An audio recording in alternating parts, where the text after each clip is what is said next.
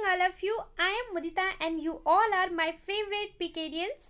Guys आज मैं आप लोग के फेवरेट टॉपिक पे बात करने वाली हूँ।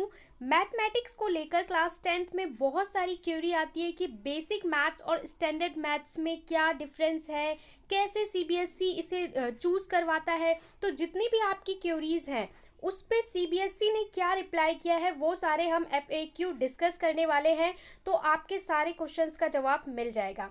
सो देखिए, फ्रीक्वेंटली आस्क्ड क्वेश्चन, ये सारे आंसर आपको सीबीएसई ने दिए हैं। तो पहला क्वेश्चन है, what is the difference between the standard level and basic level of mathematics in class 10 board examination to be held in 2020? Student का क्वेश्चन है कि भाई बेसिक और स्टैंडर्ड मैथ्स में क्या डिफरेंस है। यहाँ पे सीबीएसई की तरफ से जवाब दिया गया है। जो आंसर्स आप देखेंगे वो आंसर्स आपको सीबीएसई की तरफ से मिले हैं, और केवल इस टॉपिक पे नहीं, आपकी जो भी क्वेरी हो हर टॉपिक पे सीबीएसई के एफएक्यू दिए गए हैं। तो आप जिस टॉपिक पे चाहोगे वो आपको मिल जाएगा। ओके, सो यहाँ पे बोला गया है the existing mathematics examination is the standard level examination. Okay, कि जो एग्जिस्ट करता है वो एक्चुअली में क्या है, स्टैंडर्ड लेवल। जो मैथ्स का पेपर आता है जो होता है वो क्या है, standard level. Standard level and basic level question paper shall be based on the same syllabus. जो दोनों का पेपर बनता है, चाहे बेसिक का हो चाहे स्टैंडर्ड का हो, दोनों के लिए सिलेबस सेम है। ऐसा नहीं है कि बेसिक के लिए आपको कुछ और पढ़ना है, दोनों के लिए सेम एनसीईआरटी की बुक है, सेम सिलेबस है। और जो पेपर अभी तक चला आ रहा है ना, पहले ये बेसिक और स्टैंडर्ड का क्राइटेरिया नहीं था, तो जो अभी तक चला आ रहा था वो स्टैंडर्ड ही था। However, the standard level mathematics assess higher mathematic ability to basic level. Okay, तो यहाँ पे बोल रहे हैं कि स्टैंडर्ड लेवल का मतलब होता है कि जिसको फर्दर आगे भी मैथमेटिक्स लेना है, स्टैंडर्ड लेवल आपको क्या बताता है, मैथमेटिक्स की एबिलिटी को इम्प्रूव करता है।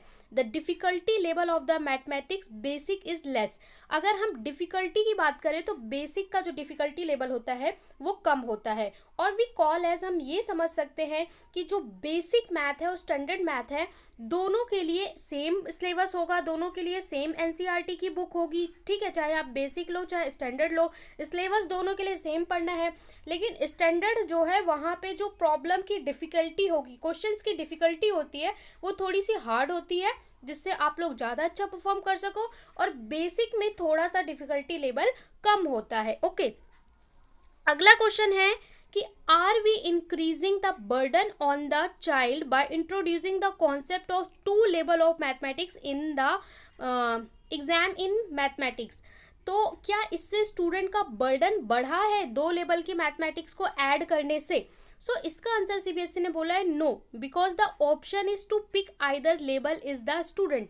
तो यहाँ पे स्टूडेंट को एक ही मैथमेटिक्स लेनी है, वो आइदर स्टैंडर्ड अपना फिलफिल कर सकता है या बेसिक। अब बच्चे बोलते हैं कि हमें तो पता ही नहीं हमारे स्कूल में हमारी स्टैंडर्ड है या बेसिक है। सो गाइज, अगर आपने चूज नहीं किया है तो आपका स्टैंडर्ड ही चल रहा है। ठीक है, जब आप बोर्ड एग्जाम के लिए जाओगे तो आपको पहले से ही रजिस्टर करना होता है स्कूल में, और अगर आपको नहीं बताया गया है तो इसका मतलब आपका स्टैंडर्ड ही चल रहा है। ठीक है, further the syllabus precise by CBSE will remain the same for the both level. अगर सीबीएसई कुछ सिलेबस को कम करती है या इंक्रीज करती है तो वो दोनों लेवल के लिए रहता है। ठीक है, सिलेबस सब कुछ सेम है, बस जो फाइनल बोर्ड का एग्जामिनेशन आता है वहाँ पे जो स्टैंडर्ड मैथ है वहाँ पे प्रॉब्लम्स की डिफ़िकल्टी थोड़ी सी हार्ड होती है, और जो बेसिक मैथ है वहाँ पे थोड़ी सी ईजी होती है। हम बस इतना डिफरेंस देखते हैं।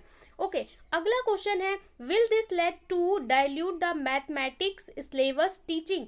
No, the idea is to make the evolution more student centric and reduce the pressure on the student who does not want to pursue mathematics after class 10th। तो यहाँ पे बोला जा रहा है कि उन स्टूडेंट्स के लिए जो भाई क्लास 10th के बाद मैथ्स नहीं पढ़ना चाहते, लेकिन उन पे भी एक प्रेशर रहता है कि भाई मैथ्स में अच्छा परफॉर्म करना है, अच्छा परफॉर्म करना है। ठीक है, और इसकी वजह से वो अदर सब्जेक्ट्स को टाइम नहीं दे पाते। अब फॉर एग्जाम्पल, एक स्टूडेंट्स को ह्यूमैनिटी लेना है, आर्ट्स लेना है, और वो मैथ्स पे क्लास 10th में बहुत ज़्यादा उसको हार्ड वर्क करना पड़ रहा है, तो वो बेसिक मैथ्स ले सकते हैं कि जहाँ पे थोड़ी प्रॉब्लम सिंपल आती हैं और वो उसे आगे मैथ्स में परस्यू नहीं करना है।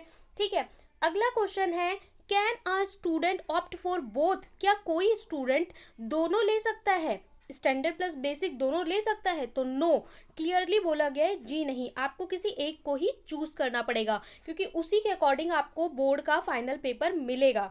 There is only one option, either standard और बेसिक।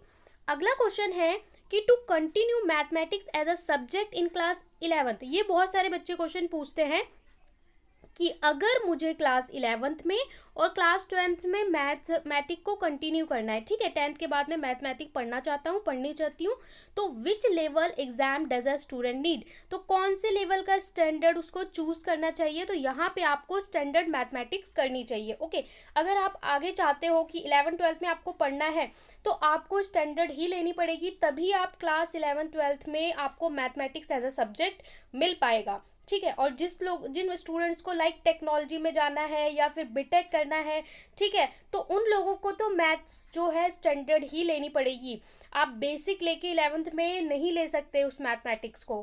अगला क्वेश्चन है, if a student qualify only the mathematics basic in class 10 can he she opt for mathematics in class 11th and 12th? ये बहुत अच्छा question है कि if a student qualify, अगर कोई स्टूडेंट क्वालिफाई होता है बेसिक मैथ में, ये आप लोग का भी क्वेश्चन हो सकता है कि 10th में आपने बेसिक ली, उससे क्वालिफाई हुए, तो क्या आप 11th-12th में ले सकते हैं मैथमेटिक्स? जी नहीं, आप नहीं ले सकते। अगर आपने 10th में बेसिक ली है और अब आप चाह रहे हो कि मैं 11th में जाके साइंस ले लूँ या कॉमर्स ले लूँ, वहाँ पे मुझे मैथ्स सब्जेक्ट मिल जाए, तो आपको मैथ्स नहीं मिलेगा। अगर आप 11th में मैथ्स पढ़ना चाहते हो तो आपको स्टैंडर्ड ही पढ़नी पड़ेगी क्लास 10th में। ये बहुत सारे बच्चों ने कमेंट करके पूछा था। अगला है, if a student has registered for the basic level, student जो है वो रजिस्टर कर देता है बेसिक लेवल, ठीक है, आपका बोर्ड रजिस्ट्रेशन होता है ना, तो आपने रजिस्टर कर दिया है बेसिक लेवल पे exam, but wishes to appear in the standard, लेकिन बाद में बच्चा जो है वो अपीयर होना चाहता है स्टैंडर्ड लेवल के लिए, कि उसने रजिस्ट्रेशन किया है बेसिक पर वो चाहता है कि जो पेपर दे उसका पेपर स्टैंडर्ड लेवल का हो। After declaration of result can he she do so, तो क्या बच्चा ये सब कर सकता है? तो yes, he she can appear in the standard level at the compartment examination. वो स्टैंडर्ड लेवल में अपीयर हो सकता है कंपार्टमेंट एग्जामिनेशन में, if he she wishes to do after passing the basic mathematics examination. तो एग्जाम के बाद आप कंपार्टमेंट के एग्जाम में स्टैंडर्ड में अपीयर हो सकते हैं। How I can get the sample paper on QA design of standard level and basic level mathematics paper? इसका आंसर है sample paper and blueprint based on curriculum for 1920। यहाँ पे 1920 का दिया है, रिगार्डिंग अब आप 21-22 का देख सकते हैं, ठीक है, अभी लेटेस्ट नहीं आया है, अभी 2020-21 का मिल जाएगा आपको। Will be made available on CBSE की जो ऑफिशियल वेबसाइट है वहाँ पे मिल जाएगा, ठीक है। तो यहाँ पे 1920 का दिया है, अभी 2021 का आपको मिल जाएगा, 21 एंड 22 का अभी रिलीज नहीं हुआ है, ओके, तो वहां से आपको मिल जाएगा। तो ये आपके कुछ क्वेश्चंस थे। इसके अलावा अभी और भी बहुत सारे लेटेस्ट FAQ आए हैं, तो मैं जितने भी क्वेश्चन आपके लिए लूँ, 100 क्वेश्चंस भी लूँ तो कम है।